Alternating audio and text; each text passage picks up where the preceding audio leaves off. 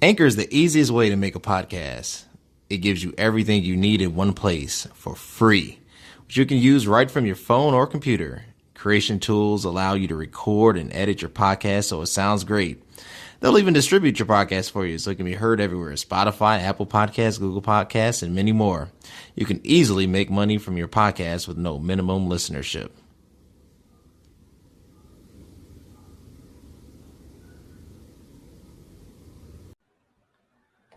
All right, welcome back to another episode of It Is What It Is podcast. I'm your host, Cody Kelly. Look, I appreciate it. I hope everybody had a wonderful holiday. I hope you ate everything your heart's desire.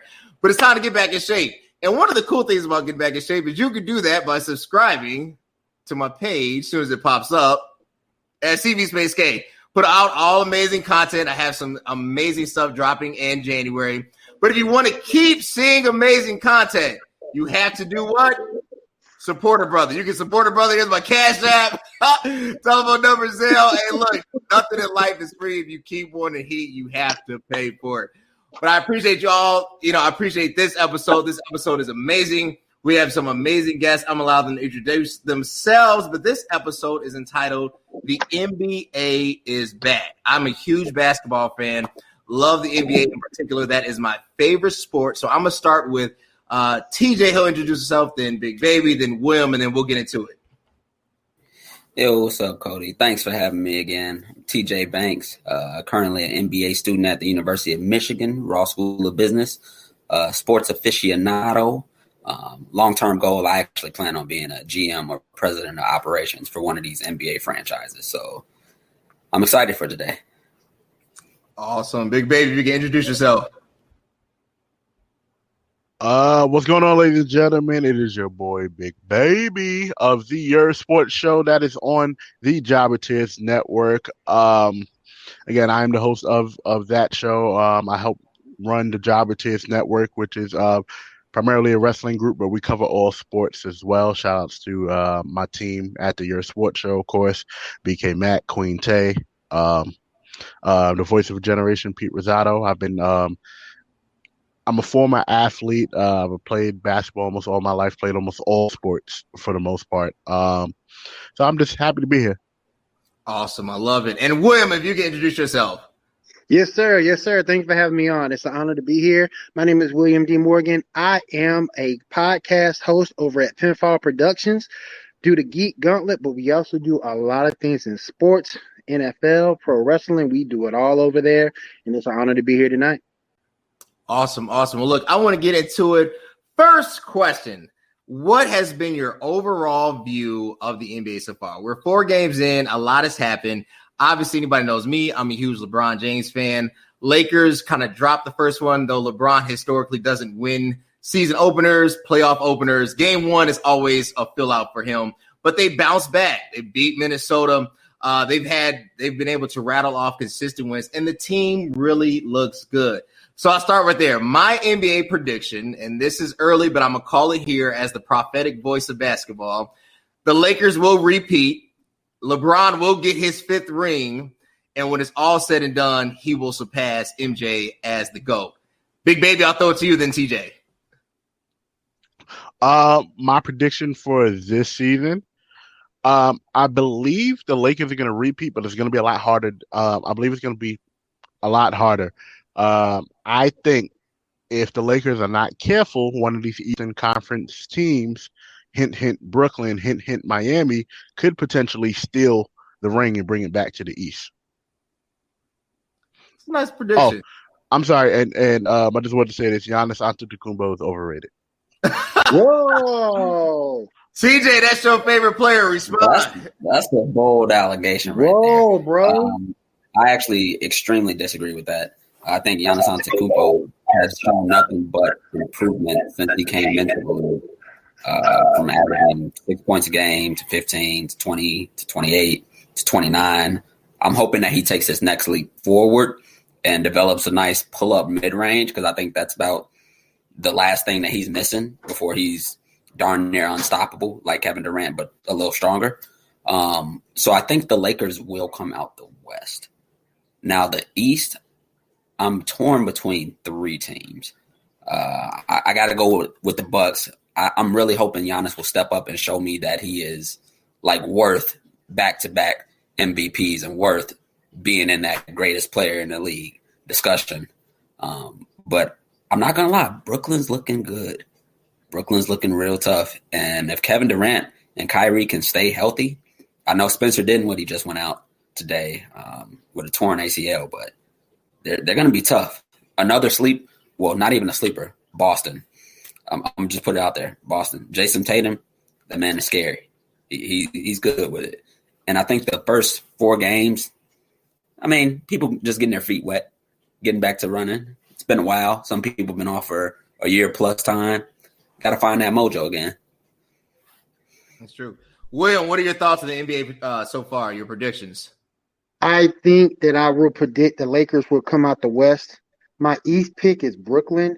While I do think Giannis is going to be the MVP once again, and he has made leaps forward, I don't think the Bucks will get there. I think it will be the Brooklyn Nets. I don't trust the coach. I don't trust the front office out there. He's been outcoached several times in the playoffs. So to me, it's going to be Lakers versus Nets. Wow, Lakers versus Nets.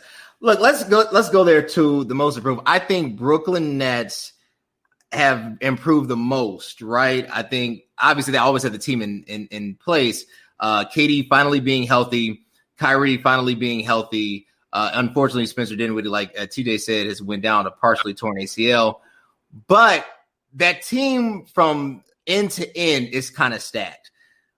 My problem is that Kyrie does not stay healthy long enough for you to really gauge. His whole career has been played with injury since college onto the pros. The 1 year that he wasn't injured, I mean, really kind of had a healthy season, they won it. And then the following year ended up having cramps in the NBA Finals, couldn't participate. So I don't have faith in the Brooklyn Nets coming out of the East only because of that reason right there. I think Kevin Durant is going to do what KD does. KD just slaughters. I mean, he's unstoppable. He's somebody that you would create in a video game, right?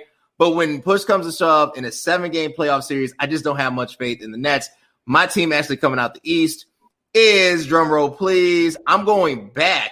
Just because I don't trust Philly for whatever reason. I think Doc is great. My team is going to be Miami. I don't know. I think Jimmy and them, Duncan, Tyler Hero, I think that team is just slated to do another one. And it's always another trade you can make. William, what are your thoughts on that? Yeah, that's a good point. They looked good last year. They caught fire last year heading into the playoffs and got it done. Beat the Bucks, did their thing. My only thing with them, they're so small. And teams that have any type of size can go in there and do some work against them. And look, the Lakers may have gotten a little bit smaller, but they got some dogs in that front court. And I don't think that if they do happen to make it again, I don't think they can beat that. Big Baby, what are your thoughts on that? I called Miami last year at the beginning of the season to make it to the finals. People thought I was crazy, but you have to look at the team and how it's constructed. The team is constructed the same way it was constructed around Dwayne Wade, but a little bit more in terms of having dope supporting pieces like Bam, like Dragic, and getting production out of players like Duncan Robinson and Tyler Hero and Kendrick Nunn. Miami's still a scary team with the addition of Iguodala last year, with Avery Bradley coming in, now being another perimeter defender to take pressure off Jimmy, to take pressure off Iggy. Miami's going to be a scary team, but like last year, people are going to sleep on them just because they don't have the same name value as a Milwaukee at this moment, as a Brooklyn, as a Philly, as a Boston. So again, Miami could sneak right in and take a few heads off. Awesome. TJ, your favorite team is Milwaukee. As you know, Milwaukee is 0-3 right now. They dropped another one. Is Giannis overrated? Or is it just Chris Middleton is a little bit overhyped and Holiday wasn't a good pickup? What's happening in Milwaukee? Chris Middleton. I'm sorry. Go ahead, man. Oh, okay.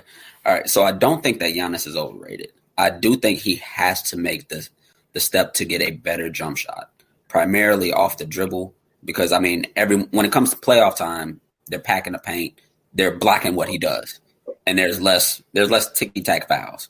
So it's like you're either going to continue to jump into the wall, or you're going to pull up and make them have to choose whether they can guard your first step. We know people can't guard his first step, similar to Kevin Durant, and that's what makes Kevin Durant so lethal, because he can shoot and he's 7 feet tall with a 7-foot plus wingspan. So I think he really needs to focus on that jump shot this season. I'm not entirely convinced that they got any better. I like Drew Holiday, but I think it was kind of a lateral trade. Sure, he's a better jump shooter than Bledsoe, but I mean, Bledsoe's a better, take it to the hole guy, better finisher at the rim. I guess Drew Holiday may have a little bit more of a clutch factor when it comes to shooting, but I'm not entirely sure that they got a lot better.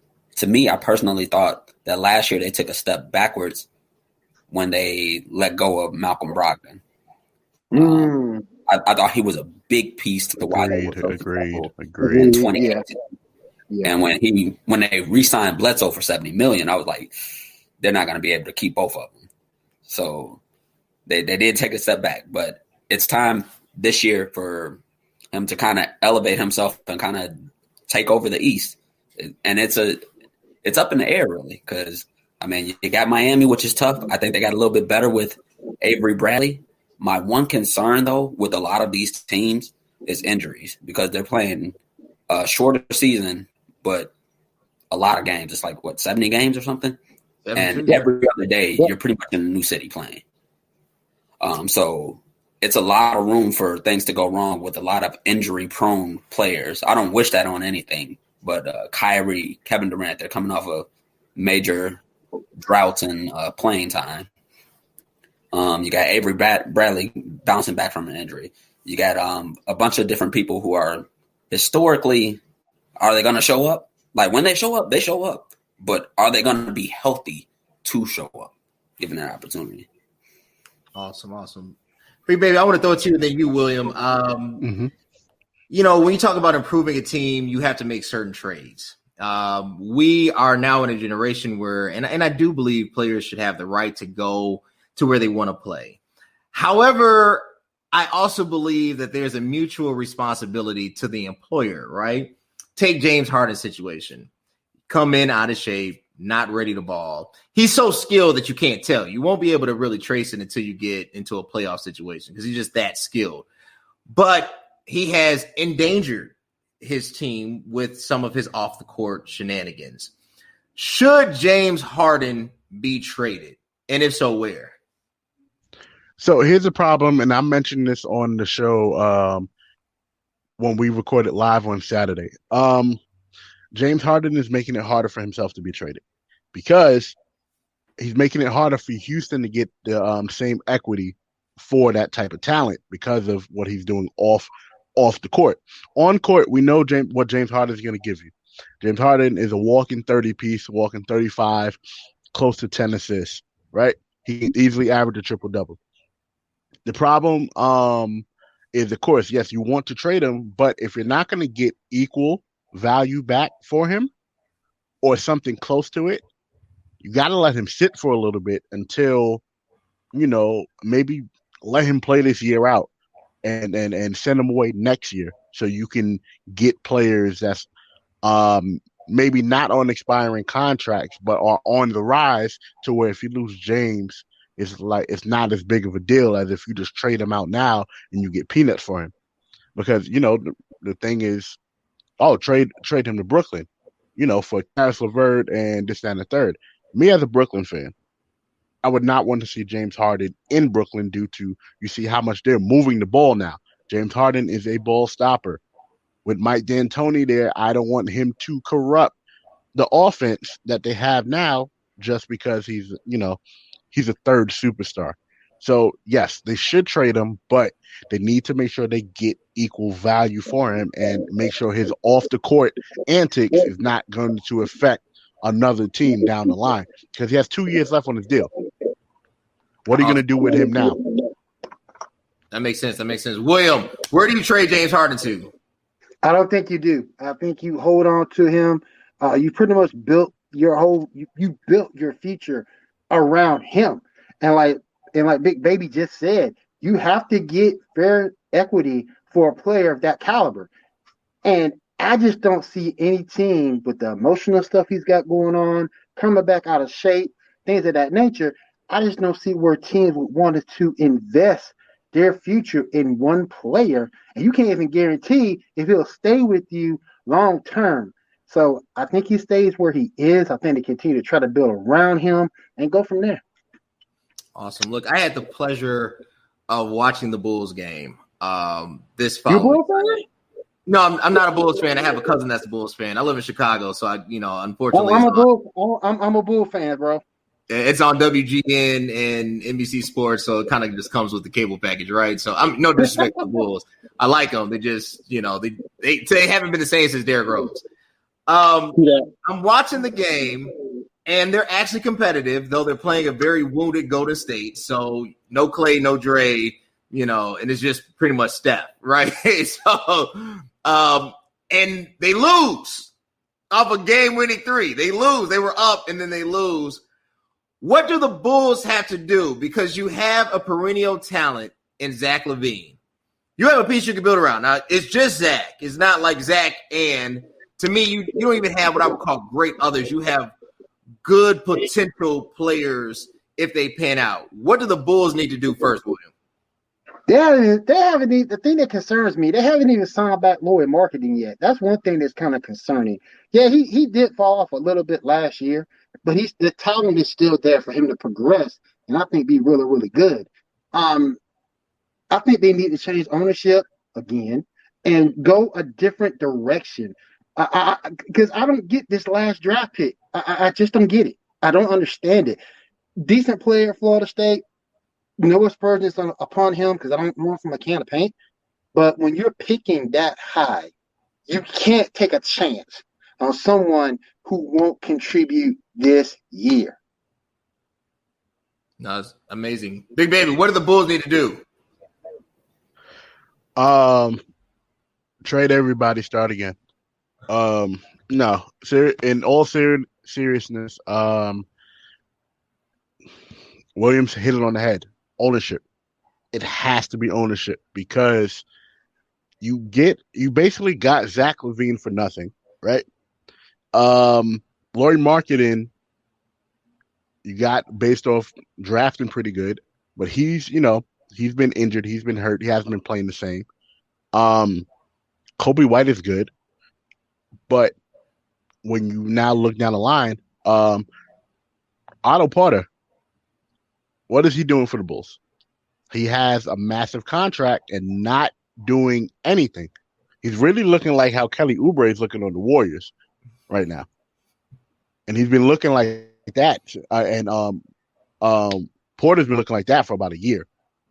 Yeah. So I don't get what they were doing. I don't get why they thought he would be helpful because of, his last couple months in Washington that year. But other than that, they need a complete change of the scenery. They need to wipe it clean, and they need to start speaking to Zach LaVine about some of these decisions that they're making. I like it. One of our audience members said the Bulls have been rebuilding for way too long. Just my opinion. Think about the Bulls. I do agree. It needs to be a change of ownership. I totally agree. They need to sell the team. They just need a completely overhaul of the executive branch of the Bulls organization. Jerry Reinsdorf needs to sell the team and not allow his son to run it. Just sell the team. Just like the Hallis lady needs to sell the Bears. All Chicago teams need to be sold. I'm going to just say that. They all need to be revamped. But I think the issue is Zach is the only, to me, piece that is untouchable. Everybody else can be shipped. Otto Porter, overpaid. He had a good stint in a very short time with Washington, and it didn't pan out. But what kills me about the Otto Porter pickup, you signed him, and then you signed Thaddeus Young, who was basically Otto Porter before Otto Porter, right? Like, why do that? Why go through that? That doesn't make any sense. TJ, if you got a call from the Rockets and said, we will give you James Harden, give us Zach LaVine, Kobe White, and Lauri Markkanen, are you pulling it? I'm sorry. Can you run that question one more time? You faded out on my side.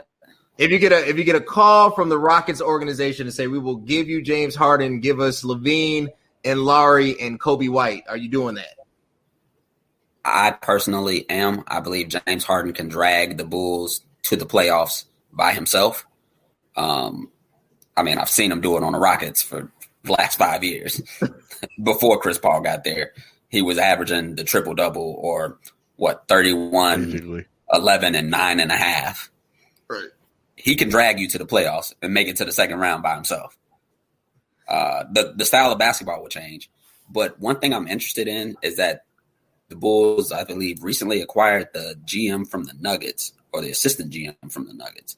So while I'm not entirely sure about this latest draft pick, I do have faith that he's a competent GM, which I haven't had faith in the past with the Bulls draft picks.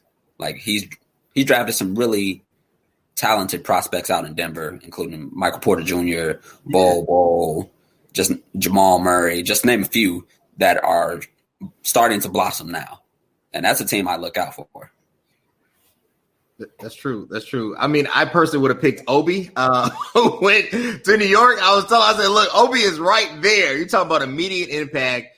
I don't think he'll be a 25-12 guy, but to me, 18-9 is his ceiling. And that's good because that's what you should be getting out of Wendell, right? So I feel like you get a better contract. You could trade Wendell and get some more pieces. Speaking of possible trades, so the Clippers suffered an embarrassing loss, 50-point blowout. I love Paul George. Like I like PG the person, but the basketball player, like I just don't know what's going on with PG. I don't know what's going on with the Clippers. He said something interesting. I'm gonna take full ownership. I own it. After though, you kind of dismissed Doc Rivers for being played like Ray Allen, quote unquote. What does owning it for the Clippers have? Is this a bad investment from Steve Ballmer? TJ, I'll start with you and then Big Baby.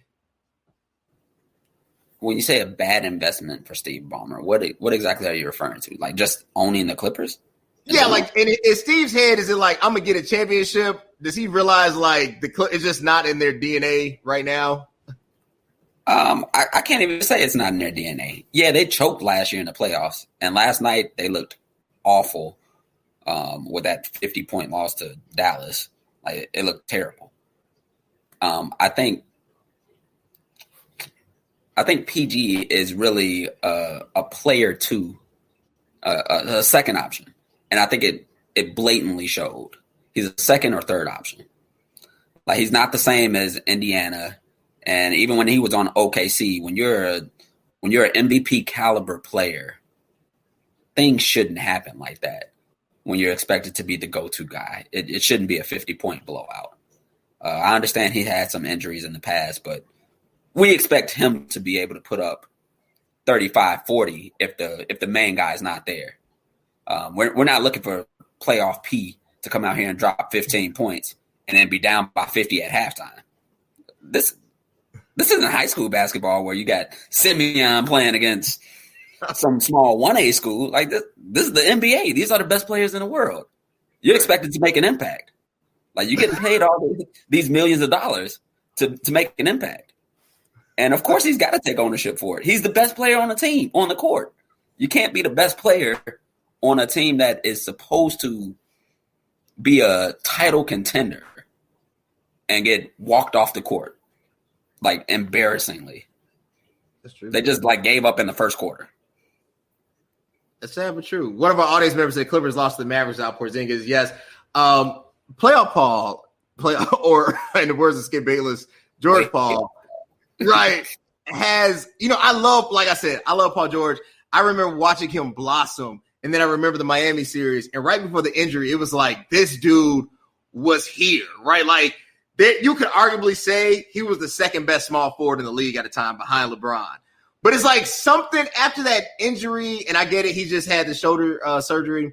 Something is different. Like why isn't Paul George? What's taking him so long to get back to where he was? Big Baby, I'll start with you. So let's start from the whole Doc dismissal stuff. Yeah. He was wrong, right? There were so many factors that went into, Doc getting fired, which is fine. Doc even admitted some stuff, but George, I'm about to call him George Paul. Paul George, it was wrong. Paul George had a chance to take accountability at that point in time. Instead, you blame Doc Rivers. Should Doc Rivers have taken him out? Yes, of course. After hitting the side of the backboard, let's have a seat, young fella. But in terms of just, he's not a superstar. He's not a superstar. I agree with what TJ said though. He's a number 2. He's a great player too, to Kawhi's player 1. But in terms of superstardom, I think those days have passed him in a way. Like, he shows flashes of it. And don't get me wrong, Paul George is a great defender, and he has his nights. But Paul George isn't consistent at all. At all. And I don't think he's ever going to be that consistent number 2 or superstar that the Clippers need to get over the hump. They're going to have to run into the Lakers eventually. You're going to have to run into these hungry teams like Portland, who have an established 1 and 2. Denver, that has an established 1 and 2. And if you can't be consistent, you're not going to get any farther. You're not going to get any farther than potentially the conference finals. Potentially. William, Paul George has, like I said, I'm a Paul George fan. I like his shoes. I think Paul George is what Danny Granger would have been if he didn't get injured, right? Mm-hmm. Yep. Paul George to me is talented. Like, to me, and if you take Kevin Durant and shrink him 4 inches, is he still as dynamic as Paul George? I would say no, right? Like, I think what puts KD over the top is that the extra 2-3 inches you just can't do anything with, on top of the great skill. You had the opportunity to draft Luka Doncic or Paul George pre-injury. Who are you taking? I'm still taking Luka. I've never been a Paul George fan. I think Paul George has something going on in his head. The talent is there. There's no lying about that. He's very, very talented. It's there. I just think the rest of it is all he's just a head case to me. And like it was said earlier in the conversation, he's like the NBA's Luigi. He is a number 2 guy. He's not a number 1. He's a number 2. But the thing that kills it, you had Russell Westbrook. You still didn't win. You got Kawhi Leonard. You still didn't win. Why is that? Those are the questions that no one's asking. And for him to get all that money for basically coming up short, that man has stolen more money than Joe Johnson. I swear he has stolen more money than Joe Johnson. I swear he has, man. Hey. ISO Joe will put up more than Paul George did. He'll produce more than Paul George. He's stealing money, in my opinion, man. And you shouldn't. Is he a top 20, top 25? Okay, but you still haven't won anything. It's still not there in order for you to be in this high regard as you have been. Luka is younger. You can do more with you can do more with Luka, in my opinion. So if I got to pick, I'm going with Luka. How come people are still asleep on Luka? I've been saying, look, Luka is that dude. I get it, he's not the most athletic person, but when you look at like his impact in the game, to be 22? 22. Somewhere like to be that young and that knowledgeable and that skilled. I mean, the only thing that's missing from Luka's game is a 40-inch vertical. There's nothing else. He's a good shooter. He can handle the ball. He can read defenses. Why are people still sleeping on Luka? I don't get it, man. I don't get it. I don't want to say it. Well, I guess I will say it. Maybe because he's white. Do you really think people sleep on him because he's white? I mean, I don't know. Because he's shown since he's been in the league, he's got the skill set. He's got talent. He's there. He's not the most athletic guy in the world, but he's there. That's the only reason I can think of on why people would sleep on him like that. Big baby, why are people? They're sleeping on they're sleeping on him because they think that his first years were fluky. Because and for whatever reason, I don't know why they think it's fluky, but he's been producing. They think he's soft, and he's had some moments where you like you look pretty soft out there, but I really don't know why. Like when William brought up that maybe because he's white, they did the same thing to Larry Bird, and at the beginning of Luka's career, he got Larry Bird comparisons from a few people on TV, and I get where they were going with it, but Larry Bird had a lot tougher skin than Luka does at this moment. Not saying he can't grow into that, but I think people are still so enamored with the Giannis, with LeBron, with Steph that they're not ready to be like, oh, look at the future. I don't think people are ready for the future of the league, because when LeBron leaves, that's pretty much the last of the Titans. Now we have all of that Boston team, Dallas, Atlanta. So people are so caught up in what they're seeing now, they're not looking towards the future. So that's why I think they're overlooking Luka. Speaking of that, I think we're transitioning into a league where athleticism is no longer the desired skill set. You know, like I remember, in 8th grade, if you could touch the rim and, playing basketball, you were going to get looked at, even if you couldn't dunk. In high school, if you could dunk, you were automatically on the team, right? Now it's like nobody dunks, and TJ, you're going to love this question. For players like Russell Westbrook, I hope Denzel Goodlow is watching right now. This is for him. I would hang, bro. I don't even have a PS5. I would go out and buy one just to play Call of Duty with Russell Westbrook. I think he's amazing. But it seems like it just doesn't work. Now, I don't blame him. I think OKC wasn't his fault. I think somebody just decided not to show up and play, so I don't blame him for the OKC. I don't even blame him for Houston. I mean, he got sick. He was injured before, came back, got COVID, still tried to play, wasn't there timing. And I didn't think, going that small, D'Antoni small ball situation was going to work out, period. So I didn't have any faith in that. So I'm not blaming Russ. But why isn't Russ winning today? Why isn't Russ can get 50, 50, and 50 and still can't get out the second round? Why is it stats and no rings? Can I be honest? Yeah, I think Russ is also, like PG, a Luigi-based player. And he's got all the athleticism in the world. Russ's MVP season was phenomenal. He averaged, 27, 10, and 10? James Harden averaged 31, 11, and 9.5. And when they met in the first round, James Harden walked him off the court. Like in 5 games. It wasn't even close. You want to know why? Because James Harden has realized it's more about skills now than it is pure athleticism. And in the last 5 years, that's pretty much what Steph Curry has done. He's transitioned the league. Like you said, in 8th grade, if you get a kid that can dunk, sign him up. He's going places. Mm-hmm. Nowadays, you walk into a gym, you got kids pulling from half court.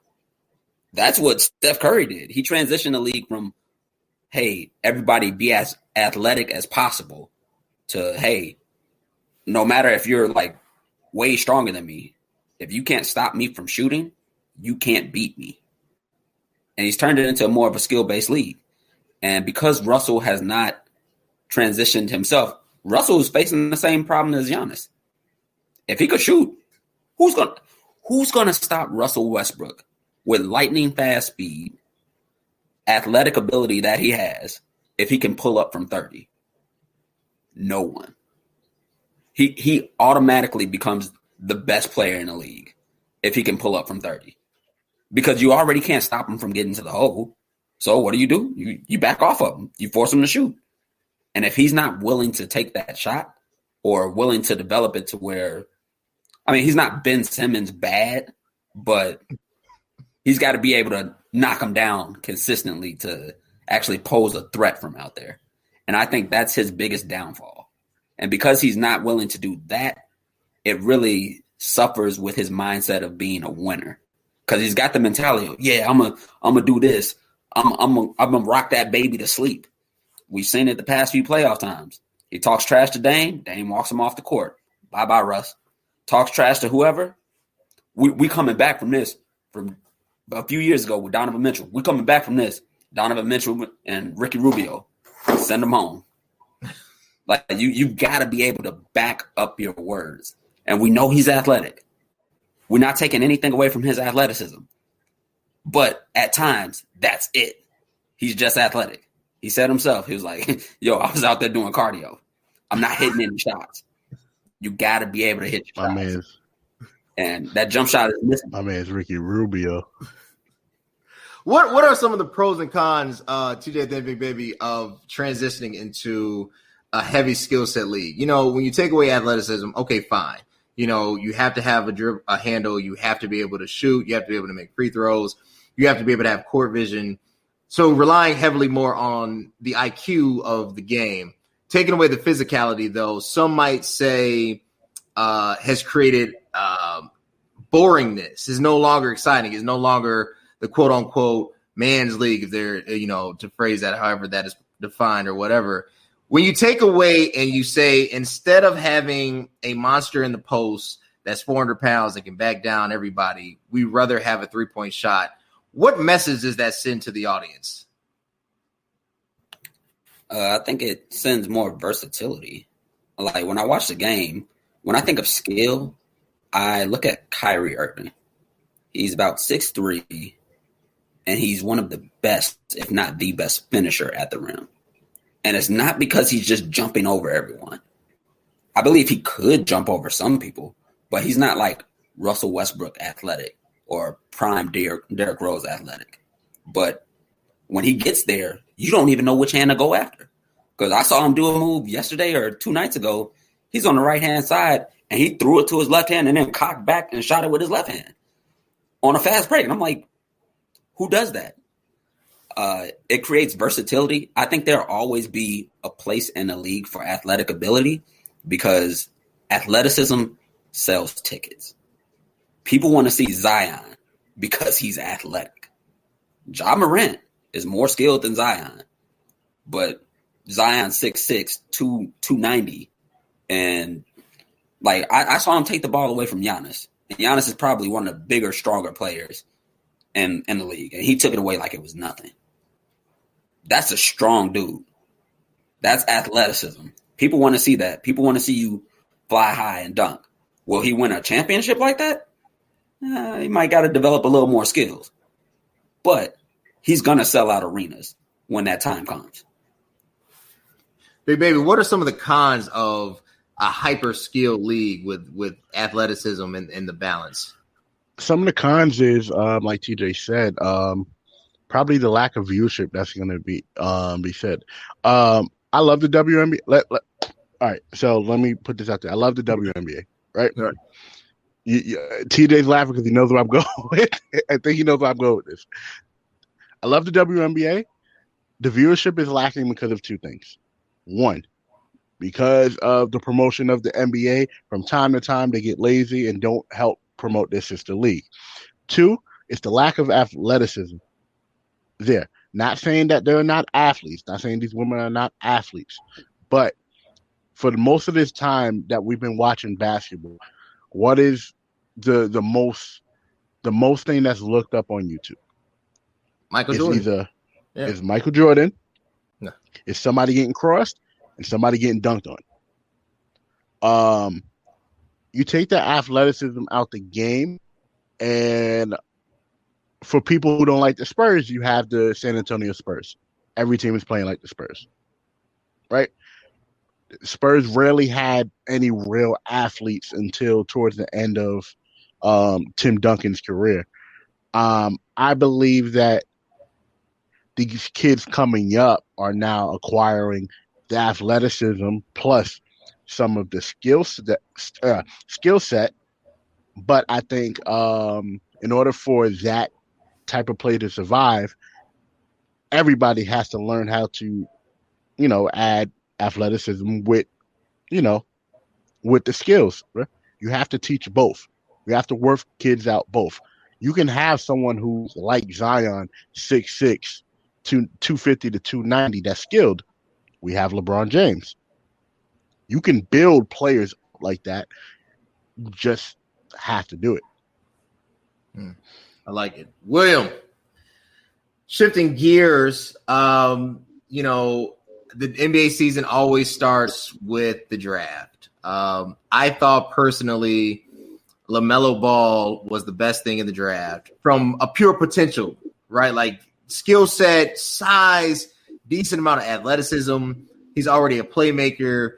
You just have to literally work with him and he doesn't get injured. You could have a bigger version of Steph Curry, right? Like a way, way bigger. I mean, he's already 6'6", right? Yep. I thought that a lot of teams passed up on him.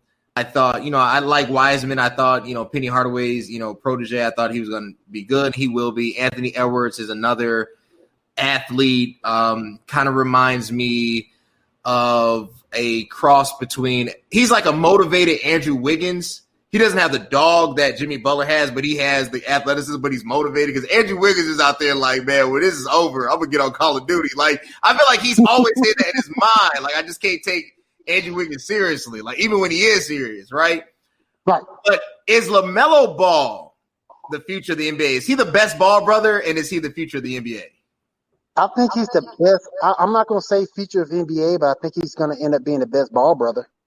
But I'm not going to say the future of the NBA because you got too many other good players that came before him that can claim that title. Look, I'm a big fan of Ja Morant. I love Ja Morant. I will put that on him before I will put it on Ball. Same thing with Zion.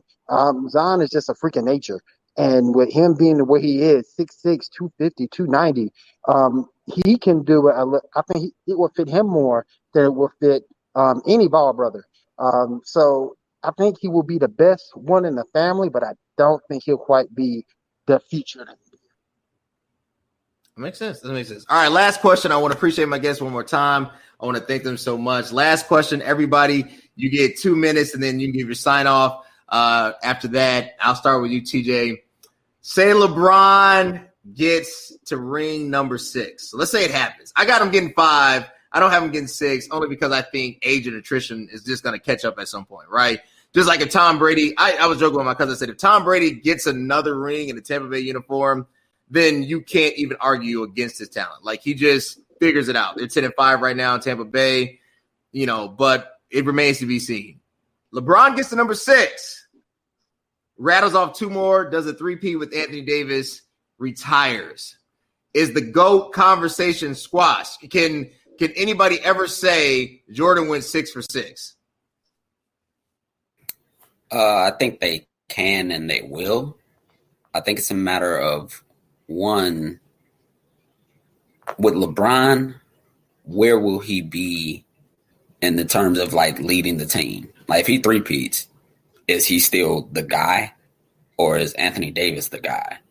Or is there another emerging guy who steps up and is like, oh, LeBron just kind of coattail rode Anthony Davis? Not saying that would happen, but this last finals, like we saw Anthony Davis, people had a legitimate case. Like, that could have been Anthony Davis's MVP, and aside from like maybe one game. And like if that's the case, now you're looking at when Jordan won, was there any time where he was not the guy? Or it was like, who's the best player on the court? There wasn't. It's like Mike Jordan's the best player on the court. Who's the next best? Probably Scottie. But the gap is so wide between the best and the next best. And I think the gap is a lot smaller between Anthony Davis and LeBron James. I think one of LeBron's biggest downfalls was that he like had a mental breakdown against the Dallas Mavericks. And I know that's like no one blames him for the loss to San Antonio in 07. No. You got swept by some Hall of Famers. You got swept by some veterans that knew what they were doing. They came there ready. You wasn't ready. You dragged a team of sorry players to the finals, and you did what you could. You was only 22. We don't blame you. But in 2011, when Dirk got sick and you and D-Wade sat up there and clowned him as if the series was over, and then him, Jason Terry, and J.J. Barea lit y'all up, son. And that's not to down the Mavs team at all. It was a great team that swept Kobe's Lakers, who won the prior two titles, who were in the finals the last 3 times. But if you're going to talk mess while you're up, you better be dang sure that you finish it. And he did not finish it. And there's been times where it's like, all right, LeBron, people question his clutchness because if you're down by 2, is he going to take the shot? If you're tied, I believe he'll take the shot. He's shown that time and time again. It's nothing to lose. If he misses the shot, he'll beat you in overtime. Because at the end of the day, he'll take the team. He'll take it one-on-one in overtime. But if you're down by 2, is he going to take the shot? And I think that's where that like alpha male, that dog mentality is with some of the other players like Mike and Kobe and Larry. These people who are entered in conversations for like, hey, this is the Mount Rushmore. Like, this is why LeBron's not the GOAT, because he doesn't have this quote-unquote killer instinct. And it comes when it's like that when it's about closing out games. I believe if he gets 6 rings, you got a legitimate comparison. Like, it's like, hey, the man got 6 rings. I understand. But is he that guy for all 6 rings? Right now, you can say he's been that guy. Questionable on ring 4, because, I mean, Anthony Davis is right there with him.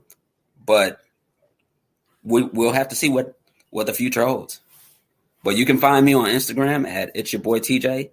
I love to debate sports, so hit me up if you got any questions. If you want to just talk, shoot the breeze, whatever. I'm going to pass it over to Big Baby. Awesome. Big Baby is, the 6 rings. He gets to number 6. Is that it? Is it over?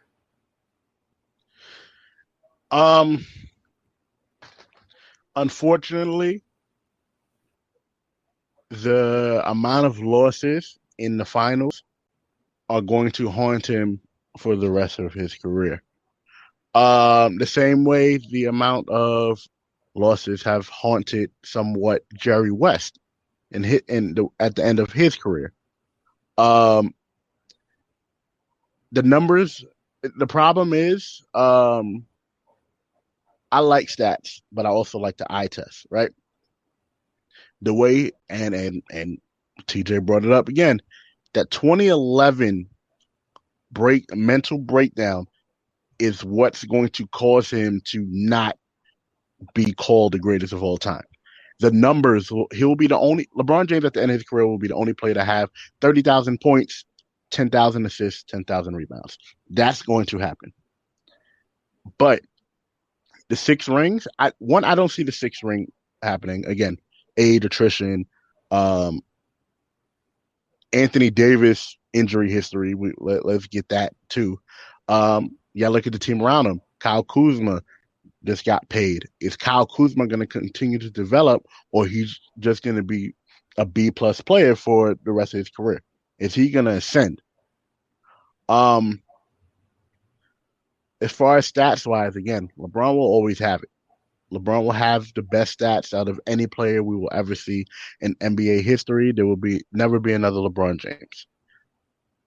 But his mental is what takes him out of that conversation sometimes. As we said, you mentioned it. You're down by 2. Is LeBron going to take the shot?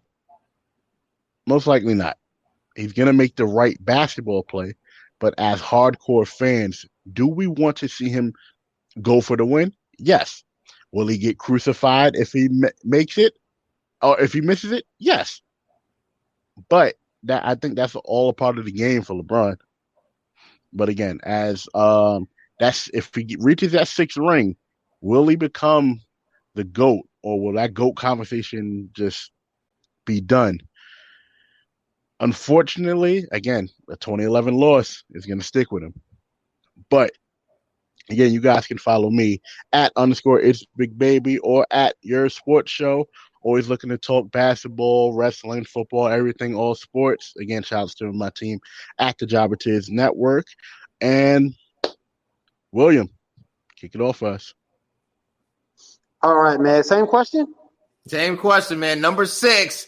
I get it. It was a fumble against the Dallas Mavericks. And like Tita said, however, side note, Dallas Mavericks also knocked off the defending champion Los Angeles Lakers that year. That also has to be addressed. If he gets to number 6, is it over? Can we stop debating? Can we just give him the title? No. And the reason why I say no, a couple of factors that were already brought up here.